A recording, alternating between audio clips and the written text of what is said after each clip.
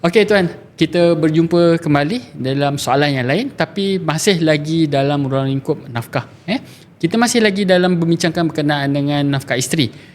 Dan kita akan melihat kalaulah si suami ni dia okey je, sihat tubuh badan, boleh je bekerja, tetapi ada je duit, tapi dia tidak melaksanakan tanggungjawabnya, culas, tak bayar nafkah dan sebagainya bertahun-tahun.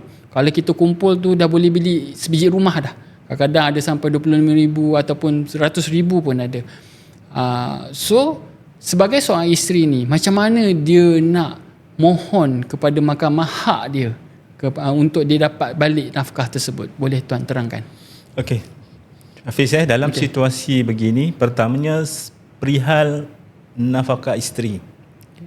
Suka saya letakkan dulu dalam kita nak memahami nafkah isteri, nafkah anak. Nafkah isteri dia mesti dilaksanakan, dan kalau tidak ada perintah pun dia akan jadi terhutang atau tertunggak. Dan sure saya bila kita nak laksanakan nafkah isteri ni, dia ada dua golongan lah kalau boleh saya nyatakan. Ada yang di kalangan suami-suami ni yang ambat baik pelaksanaan nafkah dia, tidak perlu kepada perintah. Betul. Ada yang kadang-kadang kita tak ada cara lain, kita kena buat tuntutan ke mahkamah. Bila mana ada perintah daripada mahkamah, mahkamah hakim telah menghukumkan suami kena bayar nafkah. Jadi tidak dapat tidak, walaupun asasnya sebenarnya tidak perlu kepada perintah, tapi kita nak laksana perlu kepada satu kuasa yang lain mengarahkan untuk dibayar. Soalan tu Cik Hafiz atau Hafiz kepada saya, kenapa sekarang ni tak bayar-bayar juga? Betul. Liat sangat orang kata.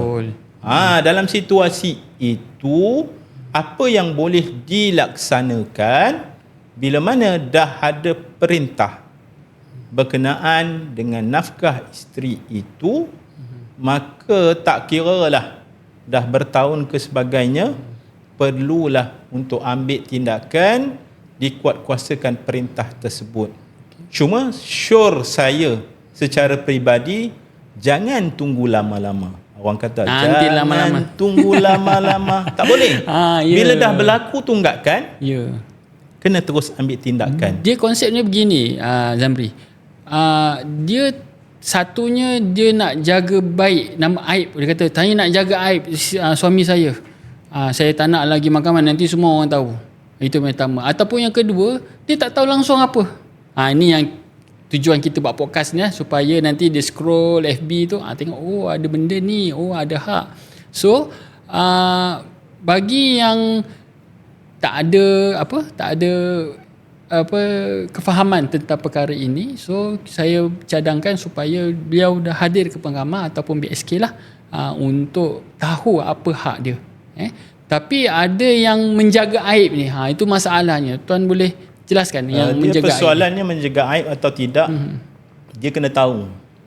Dalam persoalan berkenaan dengan situasi yang keburukan pada suami, maksudnya tak laksanakan nafkah, kalau dia dah bawa kepada mahkamah, perkara tu tidak jadi sesuatu kita mendedahkan aib. Sebab di dalam Al-Quran, bila ulama menafsirkan ada ayat yang berkenaan dengan situasi, kita bercerita tentang buruk orang ni, antara perkara yang dibenarkan situasi bahawa isteri cerita kepada hakim perihal suami dia sekian-sekian. Inilah peluang yang ada. Bukanlah maksudnya kita pergi jaja, tak. Kita nak betulkan balik. Ibaratnya hari ini saya datang, tuan, datang ke mahkamah naik kereta Nissan Almera. Contohlah, tuan. Saya bawa kereta itu, saya rasa, kenapa saya punya kereta ni macam ke tepi tak ni? Jadi perlu diperbetulkan. Isteri saya kata, bang, awak punya tayar ni sebenarnya perlu kepada alignment, contoh. Jadi perlu dalam satu rumah tangga itu diperbetulkan. Suami kena laksanakan dia punya tanggungjawab tersebut. Apatah lagi kalau dia telah terlalu lama diabaikan. dia akan menyebabkan proses itu akan jadi panjang tuan. Faham. Ambil masa. Kita tak boleh nak salahkan. Sebab bila melibatkan persoalan nafkah, ada wang di situ yang ingin ditagih, diminta untuk dilaksanakan. Pastinya nak shortcut cepat. Tapi kalau dah tunggu lama-lama, benda tu akan ambil proses. Saya ambil contoh tuan, mudah. Bila mana satu perintah nafkah isteri itu telah berlanjutan 6 tahun, 7 tahun, lebih daripada 6 tahun. Kena lalui proses dulu untuk dapat kebenaran daripada mahkamah untuk dikuatkuasakan. Okey. Jadi dia kena ambil proses. Ini belum lagi tuan, kita nak ambil aspek kita nak tahu. Bekas suami ni dah serah ke perintah kepadanya. Suami ni tahu tak tentang perintah ni? Itu pun kalau kita lihat tuan, dia akan ambil masa yang menjejaskan. Kena serah dulu perintah tersebut. Jadi dia ada kerenyahan lah kalau tuan kita So boleh kata kat sini kat boleh situ. saya simpulkan, bukan simpul lah, payah saya masukkan, jangan tunggu. Ya, jangan tunggu lama tuan. Jangan tunggu. Ada masalah terus ke mahkamah. Ya. Betul. Saya ingin kongsi lah tuan. Saya tengok dalam situasi saya yang baru setahun jagung ni dekat BSK ni, saya tengok situasi ada kesedaran. Okey. Kecelikan pada masyarakat. Dulunya tuan, orang akan ambil tempoh masa lama tuan. Datang kepada kita dah berpuluh-puluh ribu tuan tunggakan. Tetapi bila sekarang ni, awal 2 bulan, sebulan dah datang tuan. Dan saya suka ingatkanlah tuan, sekadar biasanya kami ni jarang kita akan jumpa yang betul-betul kes bagi nafkah isteri atas perintah nafkah isteri. Biasanya akan melibatkan di dalam kes poligami. Akan adalah tuan, biasalah. Habis madu sepah dibuang. Biasanya dia akan jadi janji. Dalam poligami tu memang cantik lah. Betul. Nak lepas tuan permohonan. Tetapi di kebelakangnya akan berlaku situasi sedemikian. Yang biasa kami dapat tuan, ini antara yang kurang lah. Tapi kesnya akan melibatkan perintah poligami tuan. So yang selalunya yang terabainya selalu tuan, isteri pertama ke isteri kedua ataupun dua-dua juga? Yang biasanya tuan, biasa lah tuan. Biasa isteri pertama tuan yang saya tengok. Kesian lah. Kesian tuan. Kesian kita tengok, kesian. Tapi kita cuba membantu tuan. Betul. Cuba membantu untuk perkara tu dapat dilaksanakan tuan. So dalam hal ini kita tengok ada peranan fungsi BSK. Fungsi BSK ni untuk membantu pihak-pihak dalam kes nafkah lah. Okey. Untuk fungsi BSK ni kita reserve sikit tuan. Kita akan kumpas lebih lanjut selepas ini. So kita akan berjumpa selepas ini.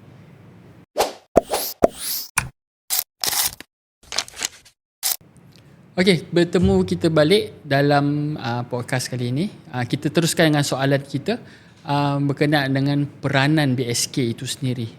So orang kadang-kadang apa benda BSK tu? Kalau macam ada juga yang tanya, kalau saya ada masalah ni, saya nak buat macam mana? Masalah nafkah lah, saya nak mula daripada mana dan sebagainya. So di kesempatan ini tuan terangkan apa itu BSK dan fungsi BSK. Terima kasih atas pertanyaan yang dikemukakan. Berkenaan dengan BSK, suka saya jelaskan sebab kadang-kadang orang jadi tak jelas macam tuan cakap lah. Nama pun bahagian sokongan keluarga. Betul. Seolah-olahnya bila bahagian sokongan keluarga ni semua akan pergi. Isu-isu kekeluargaan pergi ke sini. Cuma ingin saya jelaskan bahagian sokongan keluarga ni adalah satu bahagian di bawah Jabatan Kehakiman Syariah Malaysia. Dianya bermula pada tahun 2008 dan secara asasnya tuan, apa yang BSK boleh bantu? Okey. Antara yang kami boleh bantu tuan adalah khidmat nasihat. Dan khidmat nasihat kami adalah berkaitan dengan tuntutan pasca perbicaraan. Dalam arti kata, nak datang BSK, nak dapatkan khidmat nasihat berkaitan dengan tuntutan pasca perbicaraan. Dah ada perintah lah tuan, cerita mudah je tuan. Okey. Dan ada beberapa kes sahaja tuan. Sebab kadang-kadang pun datang tuan, macam-macam orang datang. Yang hanya setakat ini kami boleh terima aduan adalah berkenaan dengan perintah nafkah anak. Ini antara yang tinggilah. Yang seingat saya, kalau kita buat hitungan, hampir 70% tuan, kes berkenaan dengan nafkah anak ni diadukan di BSK. Yang kedua tuan adalah perihal berkenaan dengan nafkah iddah. Yang keempat, seterusnya adalah mut'ah dan juga nafkah isteri. Ini perkara yang didatang kepada kami untuk boleh kami bagi khidmat nasihat. Khidmat nasihat ni kita bagilah panduan dalam perintah ni macam mana situasinya. Apa yang boleh kita bantu dalam ni dan apa yang boleh dilakukan. Apa dokumen yang perlu kami lakukan. Bagaimana proses yang akan berjalan. Jadi khidmat nasihat itu yang pertama tuan. Khidmat nasihat bagaimana sesuatu perintah itu untuk dikuatkan kuat kuasa dan dibuat pelaksanaan. Itu yang pertama. Yang kedua tuan, biasanya bila datang ke BSK ini, bila mana klien yang datang nak laksanakan tindakan penguatkuasaan, kita ada dana tuan yang kita boleh membantu dalam tempoh sementara. So ni kerajaan bagi dana lah ni? Ya, dia adalah di bawah Majlis Agama Islam Wilayah Persekutuan tuan. Kita punya penerimaan awal, pelaksanaannya pada tahun 2009 kita dapat 600,000 tuan. 100,000 adalah untuk BSK Transit, 500,000 bagi pendahuluan nafkah ataupun bantuan nafkah. Dia ada dua tuan. Pendahuluan nafkah ini adalah pemberian yang kita beri tapi kena bayar balik tuan. Siapa yang bayar tu? Yang kena bayar balik adalah pihak yang buat permohonan. Biasanya adalah bekas isteri atau isteri lah. Maknanya dia kita pergi ke BSK, dia minta permohonan untuk bayaran tu, padahal dia akan bayar balik lah. Sebab dalam tempoh tuan, bila pihak-pihak ni nak buat tuntutan ke mahkamah, dia akan ada kos-kos tuan yang perlu dia lakoni. Dan biasanya dia mengadu ni tuan, dah ada tunggakan pun berlaku. Anak ada 2-3 orang. Macam mana anak ni nak sekolah biasanya. Yang kedua adalah bantuan nafkah. Bantuan nafkah ni pemberian secara one off. Kita ada garis panduan yang khusus tentang perkara ini. Ada pengiraan contoh bagi nafkah anak. Kalau ada seorang anak, kita akan bagi nilaiannya RM500. Paling maksimum yang kita boleh bagi 6 dan lebih orang anak, RM3,000 tuan. Tetapi segala permohonan yang dikemukakan, kita akan bawa dalam satu mesyuarat. Mesyuarat akaun amanah bahagian sokongan keluarga, Mahkamah Syariah Wilayah Persekutuan. So bolehlah apply, tapi untuk masih dapat lagi tu masih lagi bergantung kepada penilaian ni. Sebab kita ada kriteria setiap permohonan ni. Pendahuluan bagaimana kriterianya, bantuan bagaimana kriterianya. Ada siasatan yang perlu kita lakukan ke rumah ataupun kediaman tempat kerja pihak-pihak yang memohon ini. Sejauh mana dia punya latar belakang itu, kita akan lihat tuan dalam perkara ini. Jadi ibaratnya tuan, bila kita laksanakan, kita akan beri tuan. Dan untuk bantuan ini, dia perlu ataupun wajib ke untuk difailkan kes ke mahkamah? Itu tuan antara kriteria juga dalam penetapan tuan. Kita ada dua bentuk tuan. Yang pertama, buat aduan di BSK pun dah boleh dapat bantuan. Tapi akan laluilah proses yang akan saya jelaskan nanti. Kalau pemfailan penguatkuasaan pun boleh juga tuan. Dia dua bentuk lah. Tapi dah memadai dia buat aduan di BSK. Andainya dia nak buat permohonan boleh. Tetapi kita akan nilai. Dia ni masuk kedudukan mana tuan? Bawah had kifayah, yakni asnaf zakat, ataupun tidak berkemampuan, tak mampu. Kalau asnaf zakat mudah tuan. Kita akan minta apa dokumen yang mengesahkan bahawa dia adalah asnaf zakat, yakni fakir dan miskin tuan. Biasanya mereka akan datang kepada kami untuk membuat permohonan. Selain itu tuan, yang kadang-kadang orang tak hebah lah. Kita ada khidmat BSK Transit dalam bentuk tuntutan. Dulu tuan kita ada BSK Transit dalam bentuk rumah fizikal. Ada rumah kita dapat daripada bahagian berkaitan dengan rumah ni.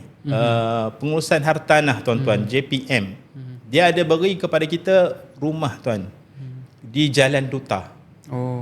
Kuartus kerajaan Jalan Duta tuan-tuan. Yang belakang ni lah. Rumah tu kita jaga tuan-tuan. Puan, kita beri orang yang nak hadir ke mahkamah ni, biasa akan timbul isu.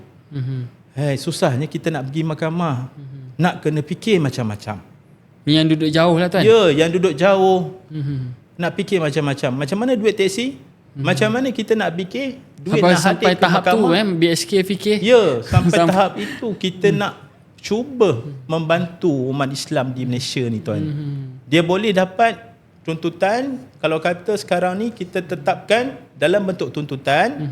Kalau dulu ada fizikal boleh duduk rumah tu tuan. Okey. Tapi sekarang ni bila dalam bentuk tuntutan kita boleh bagi RM100 tuan. Dia carilah mana hotel. Kalau lebih daripada tu 150 kita tetap bayar 100 tuan. Maknanya dia top up 50 lah. Ya, top up lah tuan. Carilah hotel. Dekat mana? Banyak je tuan. Saya rasa dekat-dekat sini. Selain daripada tu tuan, boleh buat tuntutan perjalanan. Datang naik motor, tuntutlah ikut kadar motor. Oh, TNT lah ni. Ya, TNT tuan. Boleh dibuat benda tu. Okay. Kalau datang kata jauh tuan, macam tuan katalah datang daripada jauh. Mungkin Perak kita kata Ipoh. Ada tiket bas sebagainya, ataupun orang nak naik lagi cantik tuan sekarang ni KTM kan, ada yang sudah selesa. Ya. Boleh tuan. Itu boleh. Tuntutan itu boleh dikemukakan selepas daripada prosiding mahkamah. Okay. Beri kepada kami beberapa dokumen lah secara asasnya tuan, tentang pemakluman notis hadir ke mahkamah itu. Yang kedua, dia punya akaun. Lepas tu kita nak tengok dia ni berkemampuan ke asnaf. Sebab kita akan bagi tuan, memang dah ada satu peruntukan yang ditetapkan. Dan pembayaran itu dibuat oleh pihak BSK JKSM tuan. Kami hanya proses untuk isi borang, dokumen-dokumen yang perlu saja tuan. So kat sini tuan, untuk BSK ni tidak tertakluk ataupun ada kat KL je. Negeri-negeri lain pun ada juga tuan. Dia bukan di sini saja tuan. Dia ada di Mahkamah Syariah dan Jabatan Kehakiman Syariah negeri-negeri. Kecuali tuan, di Perak aja tuan ada di Jabatan Agama tuan. Dia kena ke Jabatan Agama dia lah. Dia duduk di Jabatan Agama tuan.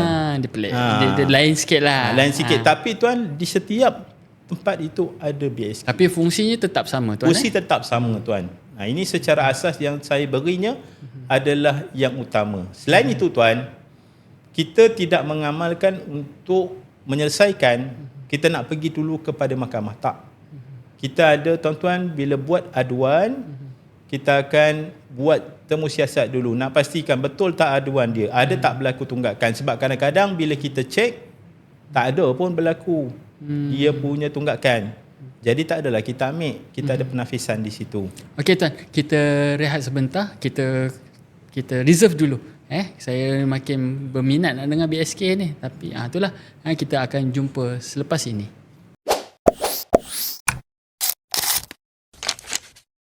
Okey tuan, kita terus tuan. Saya dengar tadi tuan ada cakap berkenaan dengan aduan. Aduan. So apa ni aduan ni? Dia mengadu apa ni kepada BSK dan apa tindakan BSK untuk menerima aduan tersebut? Boleh tuan terangkan? Okey Hafiz, berkenaan dengan aduan tu, saya nak relatekan bahawa salah satu yang juga BSK boleh bantu adalah proses runding cara. Seperti mana pendekatan di mahkamah ni, ada satu unit khas namanya suluh. Kita cuba nak selesaikan tanpa melibatkan perbicaraan. Jadi BSK pun sama. Kami ada satu unit khidmat nasihat perundangan yang mana antara proses yang akan dilalui bila aduan kami terima, kami akan buat pendaftaran untuk pihak-pihak ni hadir dalam satu sesi runding cara. Runding cara yakni perbincangan yang mana pihak-pihak ini kalau di suluh itu tidak ada perintah lagi. Betul. Tapi bila datang runding cara dah ada perintah. Ada satu jumlah yang diadukan.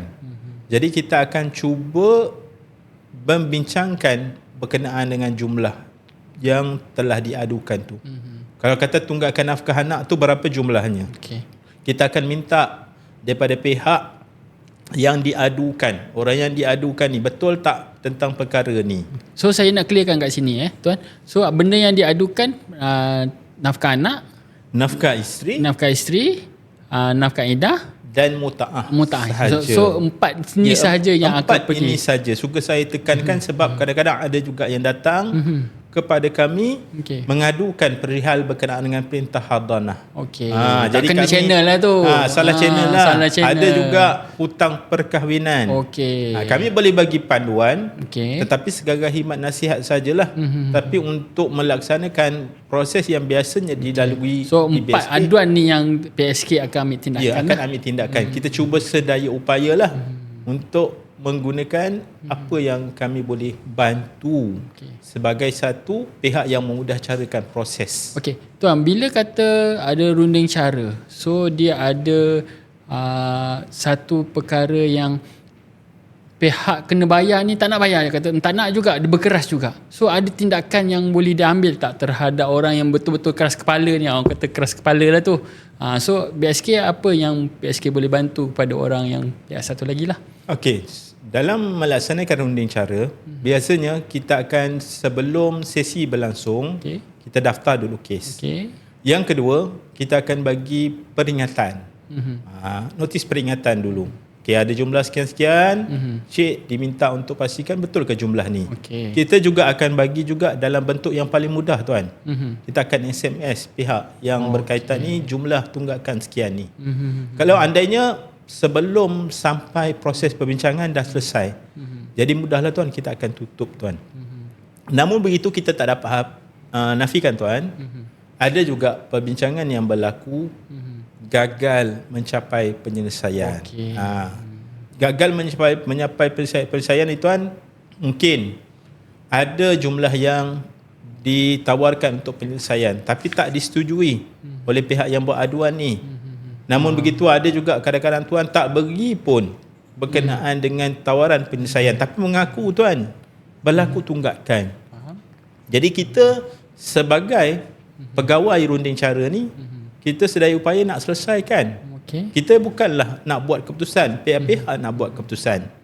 Namun kalau tidak berjaya, kita akan lalui proses yang seterusnya, tuan, untuk bawa kes ini kepada mahkamah. Ada unit lain, tuan, yang akan melaksanakan proses tersebut, iaitu bagi tindakan penguatkuasaan dan pelaksanaan perintah. Dan ada proses-proses dia lah, tuan. So apa tindakan kalau kata dah masuk kepada mahkamah tu, apa kes yang boleh difailkan, tuan? Untuk tindakan tersebut, tuan, bila dah pergi kepada penguatkuasaan dan pelaksanaan perintah, kita akan nilai base kepada fakta kes dulu, tuan. Apa kita nak cadangkan, dia bagi mood penguatkuasaan ni bagaimana bentuknya. Kita akan nilai berdasarkan fakta lah. Kalau andainya ada keperluan untuk kita melaksanakan proses, kita panggil notis tunjuk sebab ataupun komitel di bawah peruntukan Seksyen 151, mungkin kita akan cadangkan. Ataupun yang biasa, tuan, banyak dilakukan sebab kadang-kadang pihak yang buat aduan ni tak tahu status bekas suami atau suami ni, macam mana pendapatannya sebagainya. Kita akan cadang untuk buat saman penghutang penghakiman, sebab saman penghutang penghakiman ni adalah mahkamah buat siasatan, nilai dulu kemampuan dia berdasarkan harta yang dia ada, pendapatan dia, itu yang paling mudah lah. Dan ada juga kita masukkan, tuan, kalau melibatkan penghutang penghakiman ataupun orang yang berhutang ini ada majikan, kita akan cuba sedaya upaya untuk dilaksanakan secara potongan gaji, tuan. Maknanya perintah tahanan pendapatan tenaga, perintah kan? Tahanan pendapatan tenaga. Dan PT ada untuk penguatkuasaan ni ada, tuan-tuan, akta dia, akta kuat kuasa berkenaan dengan suami, perempuan bersuami ni, tuan-tuan. Ada khusus dia punya peruntukan di situ. Kalau kita lihat mohon pertimbangan mahkamah, kalau kali pertama mahkamah bagi masuk dalam akaun bank in, jadi berlaku di situ keculasan tak bayar, minta mahkamah ambil perhatian, minta pertimbangkan untuk dilaksanakan secara potongan gaji tuan. Maknanya ubah perintah lah tuan. Dalam arti kata mungkin kita masuk dalam SPP tu untuk laksanakan dengan tunggakan sedemikian. Okey. Mahkamah tukar cara dia. Okey. Mana melalui SPP lah sama pun SPP, melalui tindakan untuk mahkamah cuba melihat di situ bahawa dia ni bukan satu, bukan dua, kadang-kadang ada dah berapa kali dia bagi peluang, dia ada majikan. Daripada kita nak biarkan masuk akaun tak ikut juga. Okey. Tindakan yang sepatutnya diambil. Maka kita syorkan untuk potong gaji. Jadi kadang-kadang ada juga tanya tuan, saya ni datang ke mahkamah, tapi saya punya suami, bekas suami ni buat dek je. Saya nak tanya tu. Kita nak cakap betul. Tak nak datang ke mahkamah. Biasanya tuan, kalau tak nak datang ke mahkamah ni, kita tengok juga keadaan. Ni secara peribadilah. Kalau kadang-kadang kita tengok ada majikan, tapi kita dah serah dekat dia punya pejabat, ataupun kita dah buat penyerahan tuan dekat dia punya kediaman, tapi tak nak datang. Saya tengok pada situasi tuan, sebab ada saya pernah kendalikan kes tuan, melibatkan kepada individu ni, dia ada majikan, tapi dia biasa akan pergi kerja outstation. Memang sukar dan payah untuk kita ambil tindakan nak buat serahan kepada dia secara kediri. Walaupun kalau kita dah buat pun secara kediri, kadang-kadang dia memang tak nak datang pun tuan. Ada kes saya tu tuan, dia memang tak nak datang. Kita serahlah macam mana pun, tapi kita tahu dia ada majikan tuan. Jadi kita ambil pendekatan untuk potong gaji. Cuma mungkin akan yang tanya bagaimana nak lakukan, sebab kita tak tahu pun dia punya gaji berapa. Kita ambil lah kaedah yang ada ditetapkan bawah tata cara untuk dapatkan pendapatan dia melalui slip gaji dia daripada pihak majikan. Itu antara yang so, biasa. So kita akan jam terus kepada majikan lah dengan perintah mahkamah. Kita jam terus kepada majikan tuan. Ataupun kalau kita rasa kita tak pasti, perlu juga untuk bawa dia datang ke mahkamah. Kita ada pilihan di bawah peruntukan undang-undang untuk mohon kepada mahkamah bagi waran tangkap dikeluarkan. Sebab itu, ada tuan yang kita minta dia dilaksanakan tuan dan datang ke mahkamah tuan. Bila dia datang ke mahkamah, kita akan minta lah kalau boleh mahkamah untuk selesaikan prosiding tu pada hari yang sama juga, ataupun tindakan itu melalui, kita kata tegas sikit lah tuan. Kalau tidak, dia buat tak tahu je kan. So kesimpulannya, kesimpulan kecil lah saya boleh katakan, tak boleh lari lah. Benda ni cuba juga tuan. Memang tak boleh lari lah. Dia nak lari ke mana pun, dia kena tindakan undang setelah perintah dikeluarkan. Betul tuan? Betul. Dan suka saya sekadar sama-sama berkongsi, janganlah kita bila mana dah bercerai dalam satu pasangan suami isteri ataupun melibatkan anak, janganlah kita tak ambil tahu pun perihal pihak yang berkaitan. Betul. Sebab kadang-kadang dia akan jadi kekangan kepada kami. Bila datang kepada kami, tanya, awak tahu tak bekas suami duduk kat mana? Tak tahu. Alamatnya tak tahu. Tahu nombor telefon? Tak tahu. Jadi di situ ada kesukaran kepada kami untuk buat jangan putus hubungan lah, walaupun saya setuju dah tuan, ada jangan putus hubungan. Sebab dia ada anak lagi kan. Dia ada anak.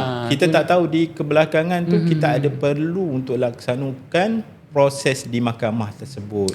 Okey tuan, kita jumpa selepas ini dengan kita akan melihat kepada soalan-soalan yang telah dikemukakan berkaitan dengan isu yang kita ataupun topik yang kita bincangkan. Terima kasih tuan. Okey, kita jumpa selepas ini.